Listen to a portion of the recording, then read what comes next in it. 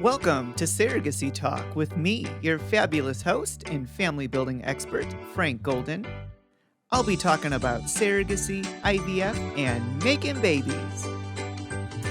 Hello, and welcome to Surrogacy Talk with me, Frank Golden. Today I have a wonderful topic to discuss with all of you. I'll be diving into what makes up a good surrogacy agency, specifically some green flags or the positives, but also some red flags that might be cause for you to pause and reconsider that selection. But before I dive in, I would like to remind all of you to like and subscribe. You can find us on YouTube, Spotify, or anywhere that you stream your podcasts. And if you're already viewing us right now on our website at goldensurrogacy.com, thank you. Now, I do want to dive in. Everyone always asks, what are some good attributes of a surrogacy agency? What are some things we should look out for? And the list is deep. I'm going to discuss items that I feel are most pertinent. So just tackling the green flags, the positives, things that are, to me, kind of common sense. But if you don't know something, you don't know something.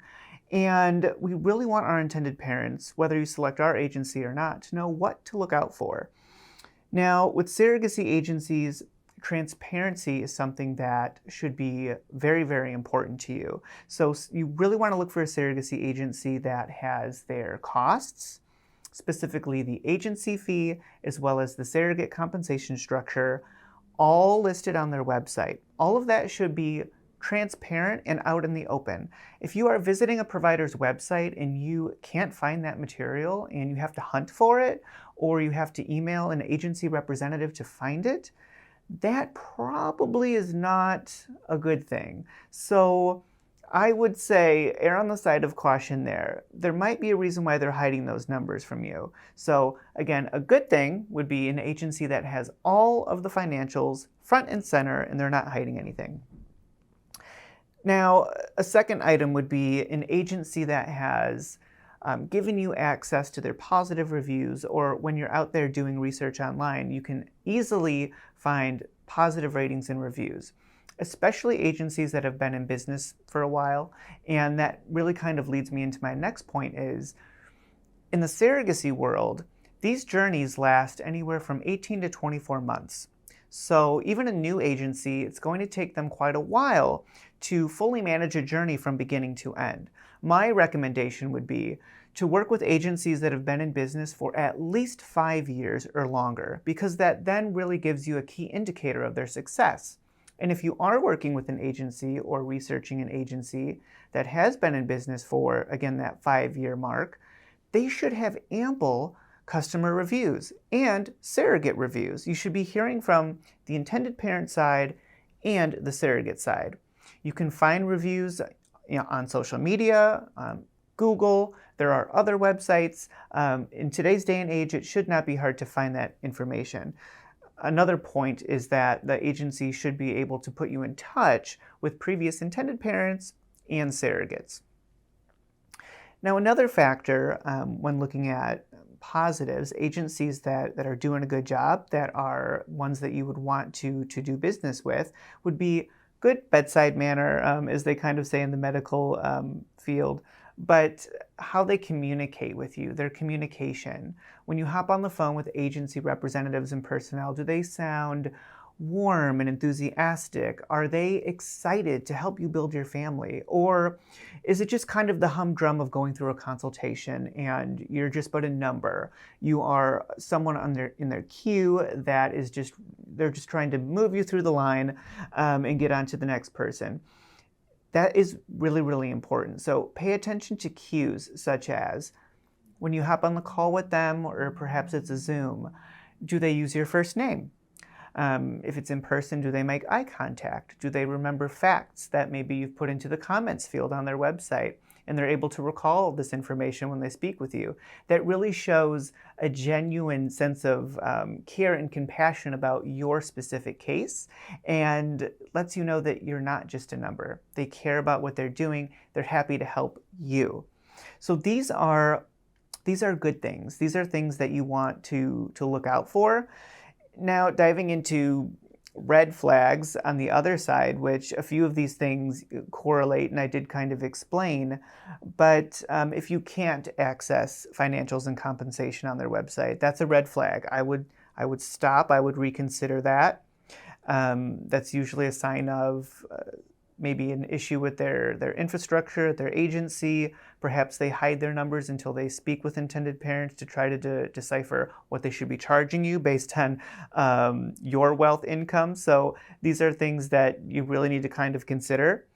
Do they have public reviews online? If you can't find reviews of a particular agency, or you read through a lot of the reviews that are posted online and they all sound similar with similar verbiage, perhaps those are fake reviews. Or if they're lacking in quantity, again, red flag, stop and reconsider.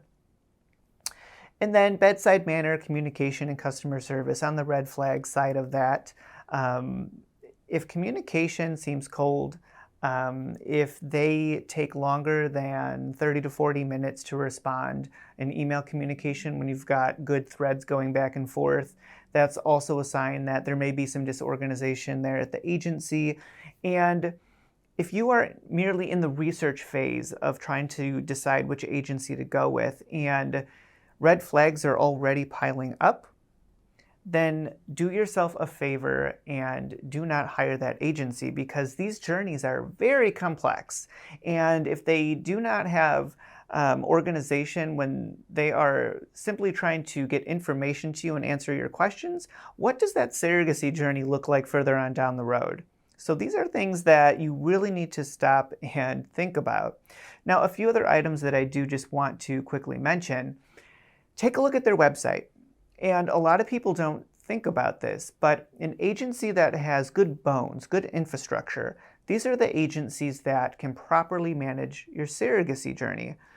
If the website is not organized, does not showcase staff, does not have the financial numbers, does not have good information listed or posted, that is a sign, right? Because in the business world, many of the agencies now do not have a brick and mortar, we're not brick and mortar stores, I guess you could say, where you're going to be walking down the sidewalk and say, hey, there's a surrogacy agency. You learn about our business from our website, our web presence. And if we haven't put forth 110% of our energy to make sure that we are showcasing our brand and our company on our website, what does that say about the inner workings of our agency? And again, what does our ability to case manage for you correctly look like once you've retained our services? So again, look at their staff page. Do they have their staff listed? You should not have to guess who's working for that agency. If you do, that is a red flag. Take a look at the surrogate side of the website. Make sure that the numbers that the agency is advertising to their surrogate pool for compensation lines up with the financial packet that maybe they've presented to you. And then look at the health criteria for the women that they are recruiting. Because agencies that are not recruiting the healthiest candidates possible to make sure you have the healthiest pregnancy possible, they are not looking out for your best interests. So that's also very, very important. And these are some of the items that I feel are important when assessing what makes up a good agency. I am sure there are many other key items that I could sit here and go through with you, but these are the most pertinent that a lot of people tend to overlook. They kind of get stuck in how much is this going to cost and how quickly can I match with a surrogate? And then you don't even look at the website. You don't pay attention to things like missing staff on the website, so who's running the company. The numbers, were kind of presented piecemeal during the consultation, and at no point do intended parents sit and really look at the totality of what's going on here with this business from a business perspective, not just I'm trying to find a surrogacy agency. And I really feel that if you tick through some of these items that I have just listed and really spend some time to thoughtfully consider green flags and the positives of selecting an agency and those red flags, you will, at the end of the day, come out of the process being very well informed and be very confident and comfortable with the agency selection that you make. And it is my goal to give you that information so that you can have a fantastic surrogacy journey. And that is all I have for you today. I would like to remind all of you that if you found this topic helpful, to please go ahead and like and subscribe. Follow us on Spotify, YouTube, wherever podcasts can be found. Send in your questions and comments as well. You can tweet me at Golden Surrogacy or send DMs on Instagram to @golden_surrogacy. I would love to hear your feedback. And also, if you have additional questions on this topic and you would like me to spend more time on it, please send that in. I will make another video. I will make more audio. I will do whatever I need to do to get the information out there for you to consume and to consider and make the best decision for your surrogacy journey. And once again, I am Frank Golden here with Surrogacy Talk, my Surrogacy Talk, reminding all of you that everyone deserves a family.